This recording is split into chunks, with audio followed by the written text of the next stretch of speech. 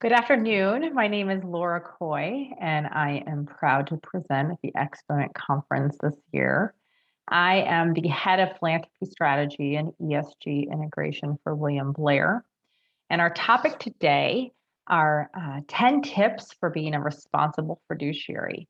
If you think about your role as a board member or an aspiring board member of a foundation, you're probably thinking a lot about grant making, which we will certainly touch on. But it's also about being a strong fiduciary for the assets and the investment posture and policy for those assets that you govern. I'm going to share a little bit about our firm for those of you who do not know William Blair. We are the premier global boutique with expertise in investment banking, investment management, and private wealth management. We provide advisory services and strategies to meet our clients' evolving needs. Our clients are institutions, their families, their companies. We are independent and employee owned, and we operate in 20 offices worldwide. I love this slide because I think it speaks to all of us that we are mission driven. Our goal is to empower colleagues, deliver client success, and engage in our communities.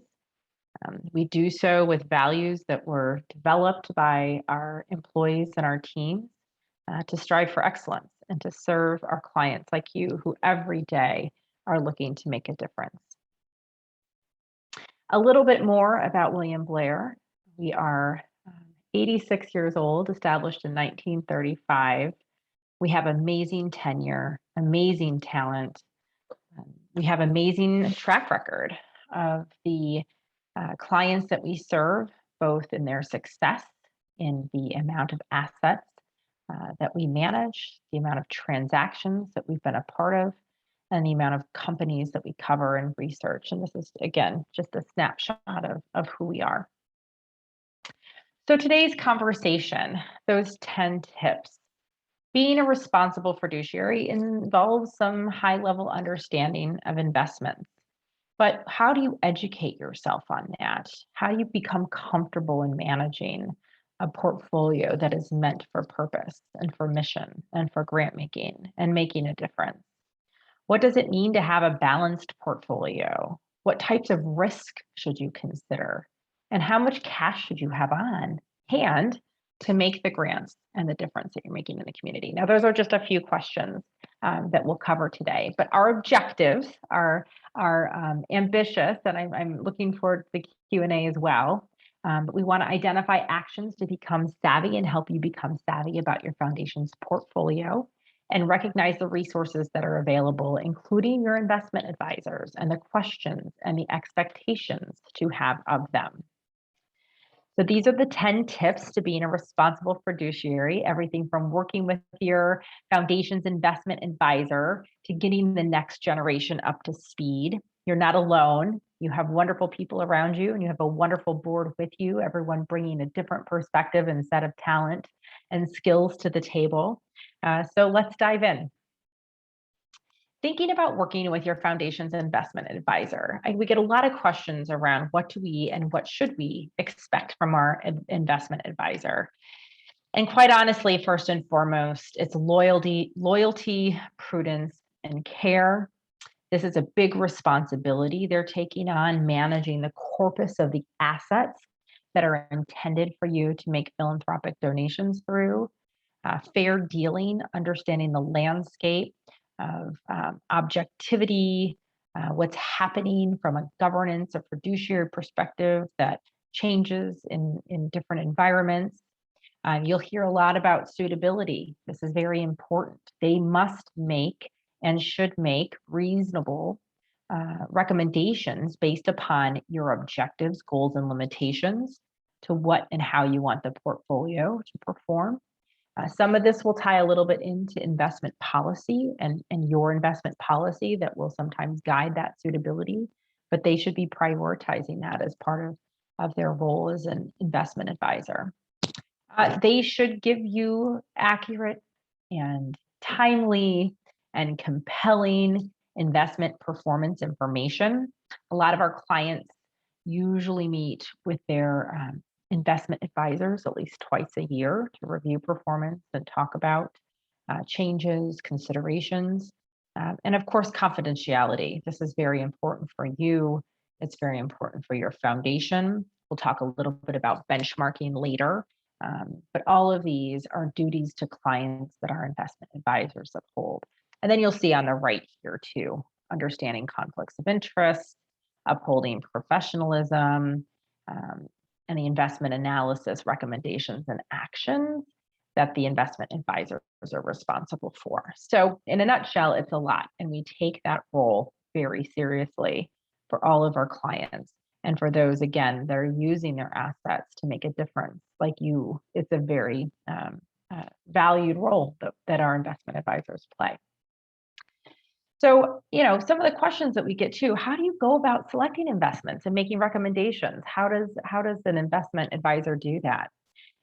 What kind of fees should we expect, and what are directly or indirectly associated with the services you provide? What are conflicts of interest or potential conflicts of interest? What should we be looking for as a board? And what portion of our business, like William Blair, is comprised of clients that have a similar profile? How do we optimize that? How do we exchange best practices? And as acting as a fiduciary, how is that documented? Those are great questions to ask your investment advisor, especially if you're new on the board or if you are exploring a new relationship.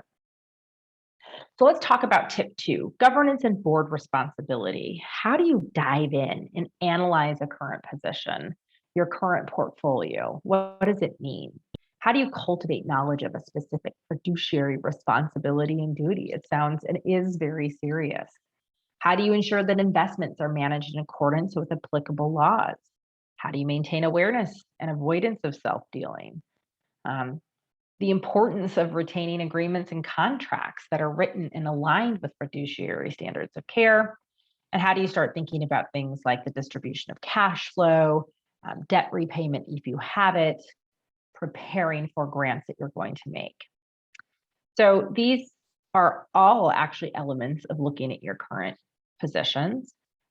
I would say what is very, very important is looking at the risk tolerance and the investment objectives and time horizon of your foundation. So if you haven't had conversations yet, which I'm sure many of you have, what is the time horizon of your foundation? Is this going to exist in perpetuity? Is this meant to be a certain amount of generational impact? Are you sunsetting your foundation within a certain time frame? And what are the triggers or levers of the amount of risk you would take on to achieve a return that is aspirational to those goals? Or on the flip side, the reduction of risk to preserve capital over a longer period of time. Those are all very important considerations to make. And then another area of important governance and board responsibility is to monitor and supervise. So participate in the performance reporting, look at the statements, look at where things are at. Don't look every day. It can be a little bit stressful, but take a look at what's changing and what influences are impacting the changes in your portfolio. Again, your investment advisor will bring this to you, have them at a board meeting once or twice a year, but they should also provide some one-on-one support to you to understand what those changes are and what to look for in those reports. So let's talk a little bit more about understanding and managing risk. What are the things you should be looking out for? Tip number 3. It's very important to identify acceptable asset classes. This is when a board will look at broad capital markets, a lot of different investment types that you can integrate into your portfolio, and assessing within each strategy what is consistent with your goals. Your investment advisor will walk you through that, but understanding the differences between a stock or an equity, a debt instrument, a mutual fund, active versus passive types of investments. And then from there, understand how to construct an efficient frontier, an efficient portfolio. For any level of investment or risk, what's the greatest amount of return and what's the greatest amount of risk? There is a correlation between each asset class and each level of risk. We'll look at a slide there in a little bit that will show you some of that. And then the third area in understanding and managing risk is stress testing. You can change your mind, which is fantastic, but before you even make the decision, you can apply simulations and methods to reflect the potential volatility, and see how that makes you feel. If you take on a certain risk and it pays off, what would that look like? If you do and it does not pay off, what implication does that have? Assess the expected effects on investment return. Okay, so tip 4, understanding asset classes. Asset allocation is a process of diversifying investments across different asset classes. It's very rare that a foundation will only have one asset class. Traditionally, you're going to have a mix of equities, a mix of fixed income, alternative investments, and cash, of course, to meet your cash flow needs and long-term growth expectations. When you're evaluating your asset allocation, and if you're reviewing if your strategy addresses issues of current and future cash flow needs, we'll talk about that in a little bit, the risk and return trade-off that we talked about, performance of different elements of asset classes, both historically and maybe what could be perceived to happen, and growth potential. So, there's a difference between different types of stock. Growth stocks are going to have a different performance ratio than a blue chip stock, for instance. Let's move on to the next slide in understanding asset classes, because I think this light bulb over here always does inspire some different perspective on the broad range of types of asset classes there are. Gosh, there's everything from taxable bonds to private debt and real estate. The complexity of the asset allocation in your foundation portfolio is going to reflect the purpose of your capital. It can be very wide and overarching. It can be very specific. So I think what's important to note in different types of investment advisors is what their approach is to devising asset allocation. William Blair believes that the strategic asset allocation decision is probably the most important and critical driver in our client success. We are very customized in our approach, and we can meet our clients where they're at with several very significant and thoughtful types of asset allocations and types of assets. And it's, again, it's constructed building that balance and that suitable balance between risk and return. But it's an open architecture type of platform. It is active versus passive management. An ETF would be passive. Looking at any of these other types of asset allocations would be in most instances active. So think about that active versus passive posture that you want to take.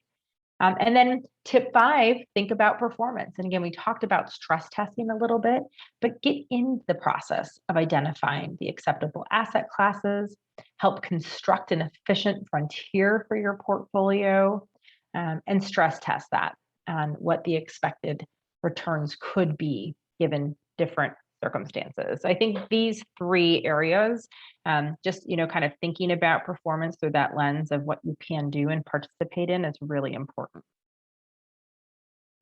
So in thinking about performance too, I won't go into the weeds too much on this, but when you're looking at an efficient frontier, there's a lot of factors to consider. What are the market expectations for return and volatility across each asset class? What's the correlation across different asset classes? What are the constraints limiting investment in some asset classes?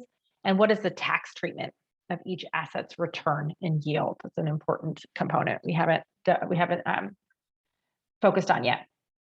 So, if you look at this chart on the right, you've got the expected return percentage, the standard risk, the risk of standard deviation, and you can see in some of these different types of asset allocation, what the higher the return, the higher risk deviation and risk appetite, from income all the way to aggressive growth from the left to the right.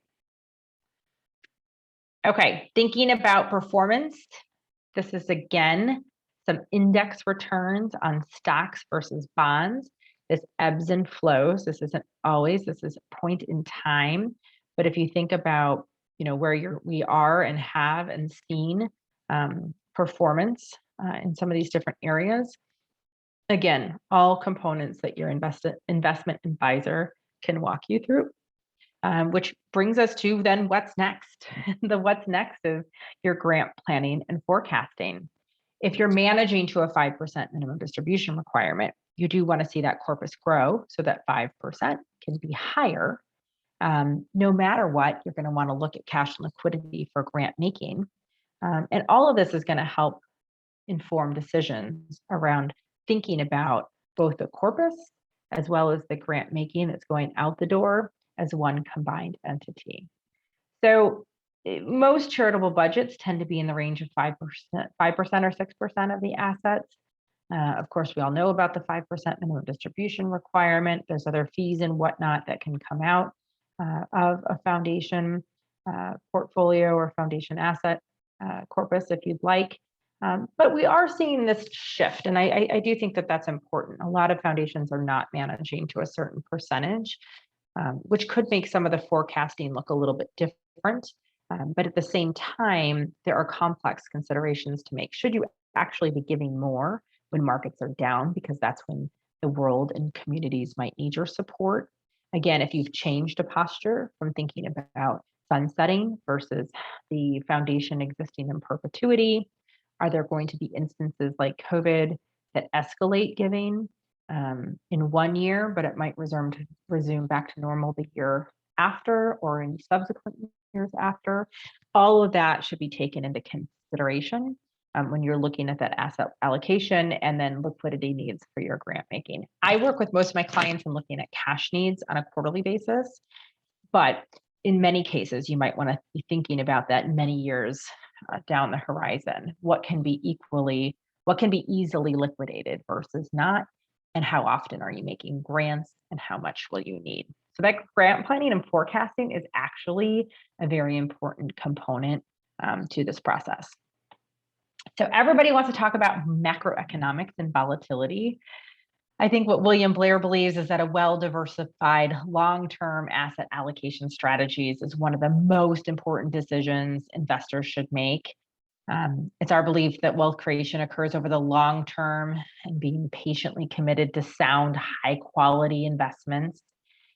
It's a tactical overlay. We'll talk a little bit about IPS here in a second.